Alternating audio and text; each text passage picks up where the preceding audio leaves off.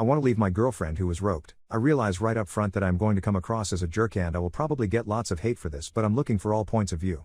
Also, this is going to be very long because I just don't know what to leave out and honestly I need to vent some. Here is the story. A year ago, actually a year and a month ago, my girlfriend was roped as she was leaving work. Thankfully she was not unalived, however her attacker did threaten her with a weapon. Fortunately the store she works at had cameras in the parking lot, and between them getting video of the attack and the bank across the street getting the attacker's car on camera, the police were able to catch him within a day.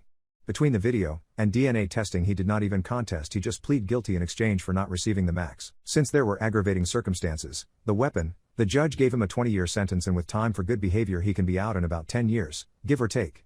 I tell you all of that to make it clear that her attacker is no longer a threat. She doesn't have to fear him coming back for her at least for 10 years or so. Obviously this was a very traumatic event in her life, and while I was not a victim per se, it was also very traumatic for me as well. I can't imagine what she has gone through, and I don't compare my situation to her at all. But I have had severe bouts of depression because I couldn't protect her, and knowing someone else was harming her sometimes was almost more than I could handle. Right after the incident she did not want to see me. I get that, it hurt, but I understood. Her parents picked her up from the hospital and I did not see or hear from her for a week, which I sort of get, but I think I could have gotten a text or something just saying she was okay. Finally a week and her sister calls me and lets me know that she is staying with her parents and she will be calling me in a couple of days.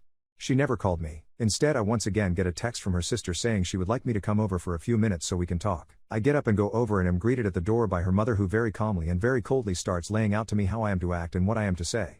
I am further instructed to not attempt to make any physical contact with her, as in hug or anything. Okay, again I get it, major trauma. I'm sure they have been coached by therapists/counselors or something in what to say and do around her, so I play along.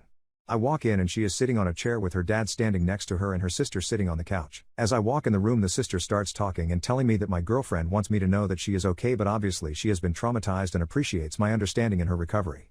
She never said one single word to me and barely looked at me. Again, this was right after the event and I'm understanding that this is how it has to be. But honest to God, that entire conversation was just awkward as hell. I leave, go home and attempt to focus on how I can help her. I start Googling how to deal with a rope survivor and what I can expect. She starts going to therapy initially 2 times a week, then after 2 months it goes down to 1 day a week. In the meantime she finally makes contact with me and asks to meet at a coffee shop. I get there and she is already there and waiting. At this point in time they had her so medicated that I was dealing with a zombie for the most part. There was no emotion and she was very methodical in her speech. Basically she wanted to get together that day to tell me that she couldn't go out with me for a while until she got past some issues she was dealing with. Of course I told her I understood. This was almost a month after the attack and this was our first conversation by ourselves, so I was already living under this assumption. I told her I would be there for her and that whatever she needed, whether that be space or a shoulder to cry on or anything, I was there for her.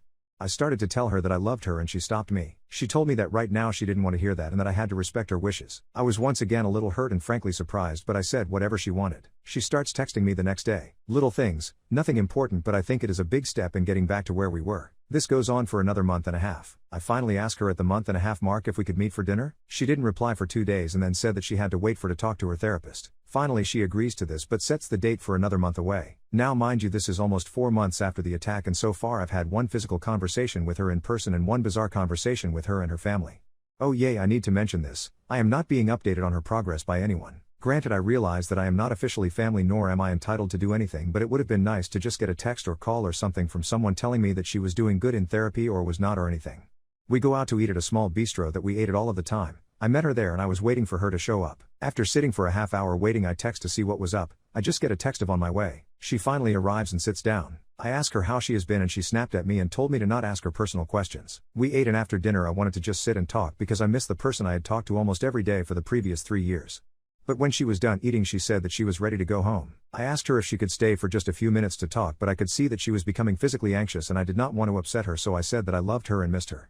She just walked away. She goes back to texting me the next day like nothing had been wrong. We actually start to see each other once a week for lunch and she is getting more and more comfortable with being out, so she sits and talks a while. She has also started a new job which she tells me about. This goes on for another 4 months. I'm happy to see her and all, but honestly I'm very lonely and we have not even so much as held hands. Then one day she doesn't show up for lunch. I text to see if she is okay. No reply. I call her parents to see if they know where she is and to make sure she is okay. I got the runaround from them and by this time I'm starting to get upset because I don't want to know where she was at or anything, I just wanted to know if she was okay. After actually saying that, her mom says, yes she is okay but don't expect to hear from her for a while. Well, that makes me start to thinking she has had a relapse and is in the hospital. But what can I do? All I do is go home and try and take my mind off of it. 2 weeks pass with nothing from anybody. I'm trying my best to be reasonable here, but basically I call her sister and ask if she is still alive or what. She knew I was getting frustrated, so she apologizes, but that her sister told them to specifically not let me talk to her. At this point I break down. I don't know what I've done wrong here. I have not pushed her. I have not tried to get her to be with me in any way other than to just talk to me, and even then I have had very generic conversations so as to not upset her. I then get a text from her asking if I would meet with her at an address I wasn't familiar with, but once I looked it up I determined this was a therapist office. I am told be there at 4, which meant I had to leave work early to get there. I check in at the front desk and I'm told that the therapist wants to speak to me alone for a few minutes. She comes in and I now know where the parents were getting this from, because after formally greeting me she then started to provide me with a list of do's and don'ts. She then told me that my GF wanted to speak to me and had something to tell me. I go in and she is sitting on one chair and I am instructed to sit in the other. She has a box of tissues and has been crying. The therapist tells me that I am here because my girlfriend has something to tell me and that she wanted the safety of therapist office to feel safe. She then proceeds to tell me that the reason she did not meet me for lunch that day is because she was with another guy, somebody from her new job, and that they had been intimate with each other. She might as well have taken a weapon out and shot me. It couldn't have hurt anymore. I just drop my head and begin to cry. The therapist then pipes in with some logic about her taking back her sexuality since she was attacked and how this wasn't cheating in the same sense of cheating.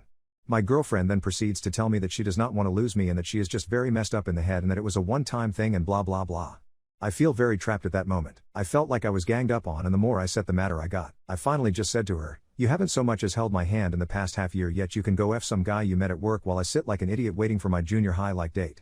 This of course caused her to go into hysterics and the therapist asked me to leave. I apologized and told her to text me if she wants to keep working this out. I get that text later that day. Now she is all chatty and crap telling me that this was the worst mistake of her life and please talk to her. I tell her that I don't know if I can go on with this but agree to meet her. I flat out tell her right up front when I see her that for me to even consider going forward with this that she has to cut this other guy off, period.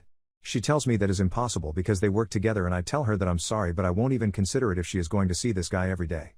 She decides to find another job, and after talking with my sister, who I have told everything to, she said that while it is not common, some women do attempt to have intimacy after being attacked so that they feel like they have power again. Now why I am not the one who she did this with I have no idea, but I know I feel like I am being punished for something I did not even do. She changes jobs and we go back to our lunches, and I do this twice when I tell her that I am getting a little tired of just meeting for lunch and doing nothing else, so she agrees to come over to watch TV with me. That has been it up until tonight. Tonight she came over and we watched 2 movies and ate pizza. During the second movie I tried to give her a kiss. Nothing more, just a kiss. She backs away as though I was a cross and she was a vampire and tells me she is not ready for that yet. Okay, not my finest moment here I admit, but I tell her that it's been a year and a month and I have not tried one goddamn thing with her or forced her into anything, and yet she willingly F some other guy months ago, but here I am still waiting to hold hands. She of course starts crying, but this time I'm not as fast to apologize. I do apologize for the tone of my voice and tell her that I would never try and force her to do anything against her will, but honestly I feel like I have been kept on the outside. I've been cheated on. I don't give 2 craps what they call it. She willingly had unprotected intimacy with someone else, and I feel like I have done everything to try and be a supportive boyfriend. I tell her that honestly I don't want her to text me until I decide what I'm going to do. I don't want to be unfair to her, but by the same token a year is a long time and we are really no closer to being back to normal than we were 6 months ago, and I have no idea how long this will go on. Now here is the part where if you didn't think I was jerk before, you will now. I am just tired of not having intimacy. Look, I certainly understood not trying anything right afterwards and even months afterwards, but it's been over a year and we're not even holding hands, and frankly the fact that she has been with someone else since this incident is unaliving me inside. So I told her that I'm going to think things through and promise to talk with her next week sometime. But as it stands tonight I think I'm done. I love her. I hate the idiot who ruined both of our lives. I know this isn't her fault and I hate that I feel like crap no matter what I do. If I stay I'm going to be resentful, and even if she comes over tomorrow and has intimacy with me it will feel like either pity intimacy or desperation intimacy. But I know ending this will be punishing her for something that isn't her fault either. Advice? My god, this is way too long. TL, Dr. GF was roped over a year ago. In the meantime I have given her space and let her deal with things as she deems fit. We have not been together intimately since the attack. She on the other hand has been with another guy since. I think I'm done but looking for advice. Update, I want to leave my girlfriend who was roped. First let me say that when I wrote my first post I was obviously in a very bad place. That night's incident was very fresh on my mind and the pain I was feeling at that moment was more than I could handle. I typed that out, which was cathartic to me, then decided to crawl into a bottle of Jim Beam. I called in sick yesterday from work, which was not a lie as I had the hangover from hell and spent time alternating vomiting and laying with an ice bag on my head. I finally opened up Reddit last night, and to say that I was overwhelmed would be a massive understatement. I could not believe the number of messages I had in my inbox. I lost count to be honest with you, but it was way in excess of 1K. Thank you from the bottom of my heart. There were so many people who opened up to me about their own experience either being the victim or being the SO of a victim. Each of your stories touched me more than I could say. One in particular got to me, and I'm not going to lie, I sat at my keyboard and cried for 20 minutes reading a story. It was so eerily similar to mine that it was as if it was happening to me all over again. However, this was written from an older gentleman who went through virtually the same thing and had to make similar choices. Thank you, sir. I won't share any details since that was sent to me in confidence, but you truly touched me. That all being said, here I am today. Although universally I was told I was not a jerk and not in the wrong, it still doesn't feel right. I feel like an absolute failure, and that if I would have just been more assertive early on in the process, that we could have changed things. I don't think I made it clear enough how much I loved and still love her. Letting this relationship go is like saying I have to lose an arm. I haven't eaten any solid food since Sunday night. I know I have to quit drinking. Yes, I called into work again today, but right now feeling numb is better than what I feel like I have to do. Before I go over my intentions, I do want to clear up a couple of things. As I said, I wrote that while I was still very upset and hurt, so I think I was probably either not clear enough or maybe painted a couple of people in a bad light. First, to her parents. Yes, I've known her parents since 3 weeks into our relationship. They have never been anything but kind to me, and we have eaten at their house twice a month since we have been together. My family has always celebrated Christmas on Christmas Eve, so I have spent 3 of the past 4 Christmases at her house with them. I do not fault or blame them. Their child was brutalized and traumatized, so they circled the wagon around her, which, while I do not have any kids, I certainly understand that she was top priority to them. Her dad has been as hurt as anyone by this, and I have been heartbroken to see this giant of a man, he's honest to God 6 feet 6 inches tall, broken like this. Her sister has honestly been my lifeline. She has talked with me and has always tried to be as open as she can with me. Yes, they knew about the cheating, and that is why I got the runaround. No, they did not support her decision to do this, however, they did not want to be involved other than be there for her. Second, her therapist might be incompetent. I have no way to judge that. However, in rereading what I typed, I think I made it come out worse than it really was. She did not try and excuse what she did, nor did she try and justify it, like I implied. After a few seconds of awkward silence that was only interrupted by my crying, she said that some women do that. Also, I did read where some people thought it was the therapist who recommended she do this, and that couldn't be farther from the truth. My girlfriend told her in therapy what she had done, and she is the one who convinced my girlfriend to tell me. They both agreed to do it there, so she felt safe. I just wanted to clear those 2 things up because I did not do either of them any justice. My girlfriend was my best friend. I confided in her for everything. I have some work associates that I am friendly with, but I am hundreds of miles from where I grew up, and all of my friends are there and either are married or very career driven, so I don't have what you would call a real support network. My sister has been there for me to a point, but there is a real complication to that even. My girlfriend and my sister are best friends. In fact, it's how I met my girlfriend. So while my sister loves me and wants what's best for me, she is also very sympathetic to her friend and doesn't want me to do anything to hurt either of us. She does not support her in the cheating, but has tried to basically smooth that over. She does not know though that we, my girlfriend and myself, have not been together intimately since the rope. Honestly, that is none of her business, and I think she would be really disgusted with me if I let her think that this even had anything to do with it. My GF has been blowing up my phone with texts since Sunday night. She is saying everything that I have wanted her to say since about a month after the rope. I've gotten more I love yous in the past day than I have in the past year. I've only responded twice to her, so she does know I'm reading them. That is making the next part very hard to do. I came to the decision last night/early this morning that for my own mental well-being I can't do this anymore. Believe me when I say that I know what a failure it is and how horrible it makes me feel. So here is my plan. I know it is chicken crap on my part, but I have typed a letter and I am going to send it to her therapist, along with a note to the therapist explaining what to do, for my girlfriend to read in her office. That way there is immediate support for her. I don't want her to be any more abandoned than what I'm going to be doing. That is heartbreaking to type, by the way. When she goes for her appointment Friday morning, I will then send emails to her parents and a text to her sister informing them of what is happening, so that way they can be there for her when she gets out. Here is word for word the letter I have written her. The only thing that is different is that I am no using her or her therapist real names here. Please read it and let me know if I am out of line or if I am too cruel or if this will trigger any type of mental trauma related to her rope. I have zero intention of inflicting any more pain than what is normal with a breakup. Dear Sarah, I know that this is not the best way of doing this, but honestly, if I had to look you in the eyes, I know I could not go through with this. I have loved you since the first month we have been together, and the first 3 years of our relationship were the best 3 years of my life. You were my everything, and I know that we had both talked about marriage a lot, and I know and believe with all of my heart that we were going to be married. Nothing would have made me any more happy or proud than to be called your husband. I don't know how to say this because every fiber of my being does not want to say this, but for my own mental health going forward I have to let you go.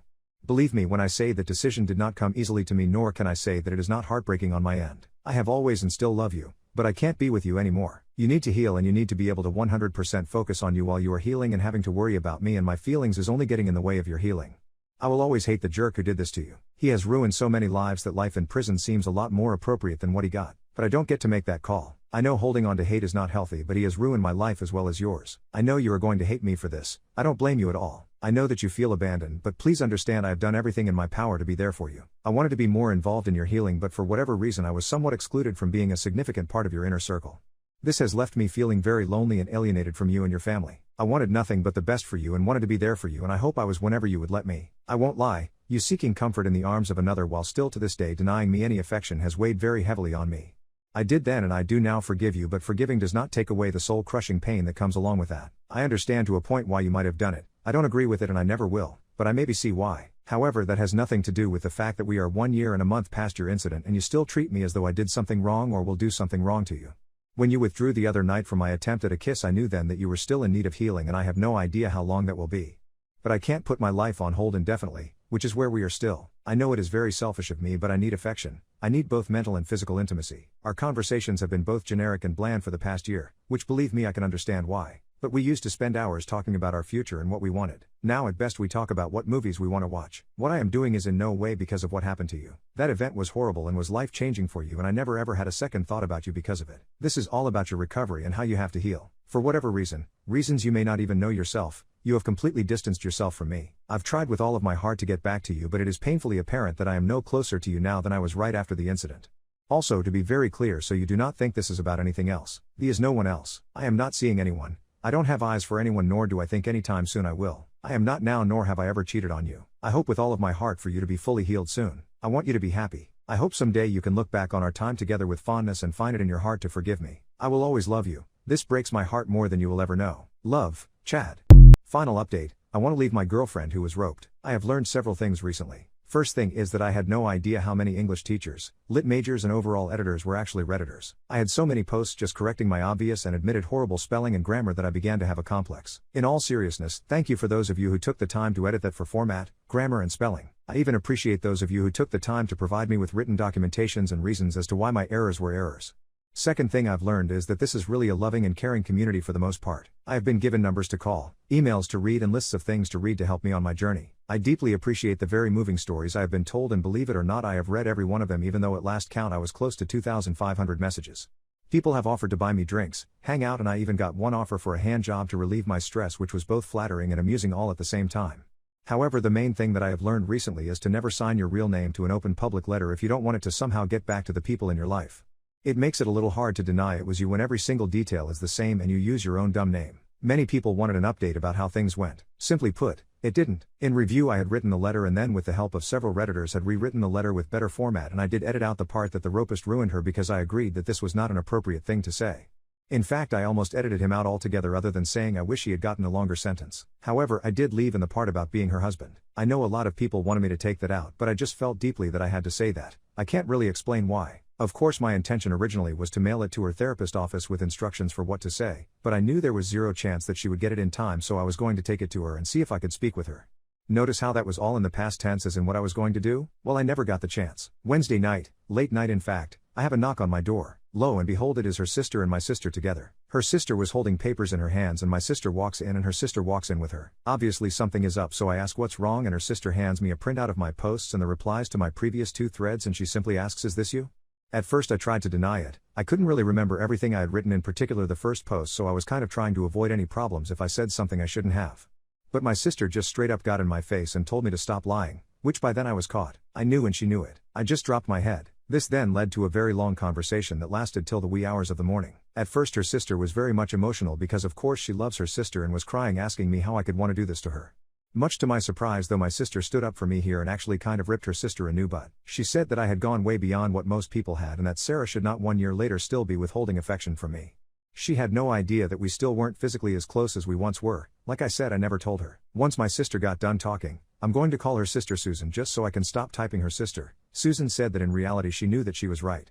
She begged me to not go through with my letter. She said that I had promised to give Sarah a week, which I had. She then gave a very impassioned speech about how much she can tell I still love her and how much she knows she still loves me. My sister also agreed that there was too much love present in my heart to just do this right away. She said, and it made sense at the time, "What is another week compared to what you have been through?" So long story short, I agreed to not take the letter over. Whether it was guilt, regret or love I can't say, but I agreed to it. This then led the single most embarrassing thing in my life happening. Susan gave me a very big hug and cried as they were leaving. It's been a very long time since I've had any type of close contact, and let's just say it's not a lot of fun being called a disgusting pig by your sister. All I could do was say how very sorry and how embarrassed I was. Fortunately, Susan seemed to take it in stride. She just wanted to make sure that I would talk with Sarah the next day. Even though I was a virtual zombie from lack of sleep, I went ahead and went to work. I have lots of PTO time available to me, but I didn't want to burn it all up over this in case I needed time later. I got home from work and my intention was to go straight to bed after eating dinner and maybe watching some TV. That went to hell in a hurry as I was eating my dinner when someone is knocking on my door again. This time is with Susan and Sarah. This time Sarah is holding the printout. You can tell they both had been crying and Susan asked if they could come in. I just shook my head yes because I was honestly a little nervous, and no matter what she has done or not done, seeing Sarah emotional always upsets me, and she physically looked horrible. I mean as bad as she did after the rope. They sat on the couch and Sarah already has tears streaming down her face. We all kind of just sat there for what seemed like an eternity looking at each other. I wasn't going to speak first. I had no idea what to say or do, so I just sat there. Eventually I broke though and asked Sarah if she wanted some water or something to drink. She actually said yes, so I got up and went to the kitchen to get her a glass of ice water, and when I turned around she was standing right behind me. All she said to me was, "Are you really going to leave me?" I couldn't answer. I just looked into her eyes and felt broken and ashamed. We went and sat down, but this time she sat next to me. She started to read my first post to me but could not make it through it. Susan jumps in at this point and says they had spent the day talking and they had gone over the post and most of the replies, and said that Sarah was very sorry for how she treated me. She said that they have spoken to their parents and everybody agrees that the way I was treated was not fair. Seeing it in writing really struck a nerve with all of them because they could see how hurt I was, and that even though I could have blamed all of them, that I didn't. Sarah is shaking her head yes the entire time. Sarah then managed to talk and just laid out how she obviously did not give me enough consideration, and that she now sees that what she did was horrible to me when I have been nothing but compassionate and loving towards her. She begged me for another chance. She said that sometimes in life you need a kick in the butt to get moving, and she said me wanting to break up with her was her wake-up call. She can't and won't take me for granted, and said she had a year's worth of apologizing to do to me. Susan actually very calmly said that they had spoken at length in the afternoon about her infidelity and then not even touching me. Sarah then replied that she had no real excuses. She knows that what she did was horrible and that she had no right to ask me for forgiveness but was going to anyway. She also said that she is making it the top priority of her life that she talk with her therapist to get past any physical limitations she has with me. This went on for a long time, by the way. I could give you a lot more of what was said, but this is already a wall of text as it is. The one thing though that I want to say is that while she was talking to me she was holding my hand. She reached out and took it. Now I realize that she read my posts, and I made a big deal about that in my posts, but whether she did it because she read it or just did it on her own, she used to do that all the time. I won't deny that it felt really good. They ended up staying the night. No. Before you get any crazy intimate movie ideas, nothing happened between any of us. Susan slept on the futon and Sarah on the couch, and I actually went to my bed. I called in early Thursday morning to work before I went to bed as I knew that I would not be able to function on so little sleep. I get awoken around 10 by Sarah sitting next to me in the bed rubbing her hands on my arm to wake me up. She said that they were getting ready to leave because she had moved up her therapy session to 11 and she didn't want to leave without her telling me how much she loved me and to let me know she was coming right back after the session. She leaned over and kissed me. It wasn't a long passionate kiss, in fact it was just kind of a quick kiss but right on the lips. This was a mistake I'm sure, because that broke my resolve right there. Up until that point I was still holding on to the thought that this was all just words and that it took me threatening to leave her to get her to even pay attention to me. 1 p.m. I got from a rope survivor kept going over in my head that if she was able to come around because of the threat of me leaving, then this was not all due to her emotional trauma, because if it was due to that then no threat of me leaving was going to change this. But between my sister, her sister and her, every wall that I was building to protect myself was crumbling, and that kiss pretty much was the wrecking ball that tore them all down.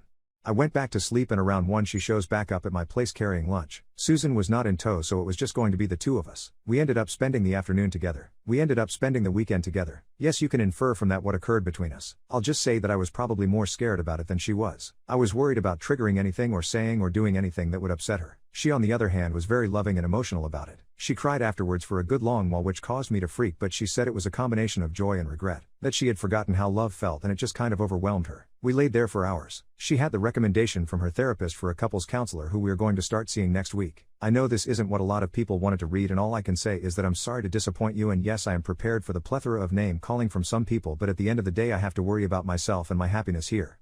For the first time in over a year I have been happy for 4 days. I know that this isn't the end, that we are still going to have hurdles to overcome. I honestly believe that this was a wake-up call for her. If not, then why go through all of the emotional drama and turmoil? Wouldn't she just let it go? Bottom line is I love her. I have always loved her, and all I wanted was for her to show me she loved me as well. This past weekend was a really bonding experience for me and for her as well. I think we can build something new together. Thank you, Reddit. I felt the love from you guys as well. I am ultimately a very lucky man.